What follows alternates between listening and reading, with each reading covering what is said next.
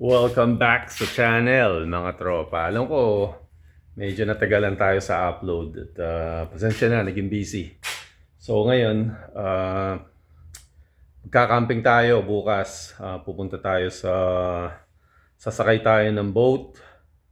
Pupunta tayo sa isang island at papakita ko sa inyo kung ano yung klaseng camping ito. Walang signal dito. Merong potential na makakita tayo ng bears o kaya moose sa pupuntahan natin. So magiging maganda to. So ngayong araw na to, papakita ko lang sa inyo yung dadalhin natin, yung mga gagamitin natin sa camping natin. Okay? So ito yung mga gamit natin. Malamig dun kasi ngayon spring pa, may yellow pa dun. So ito, magdadala tayo ito yung bag natin. Ito yung gagamitin nating pinakahigaan. Lalagay natin yan.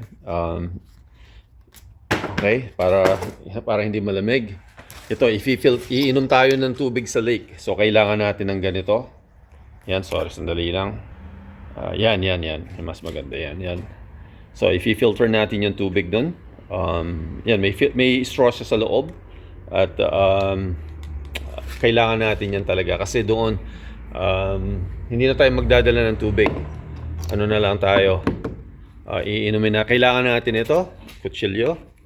Yan. Kasi gagawa tayo ng doon. Apoy, bonfire. So, kailangan nating mag-chop ng puno. Ito yung tent natin. Pang isahan lang. Dito tayo magkakape. Ito yung mga gamit natin. Ayan. Medyo gamit na yung hawakan yan. Nasunog na. Ilang beses ko na kasing ginamit yan. So, yun ang mga gamit natin, guys. Ito pala yung tent natin na gagamitin. At ito yung upuan natin. Dadalhin din natin yan. Ito, kailangan ito kasi negative 18. Kaya kahit na malamig, pwede yan. Okay? Okay. Kita tayo doon. Pagkita ko sa inyo.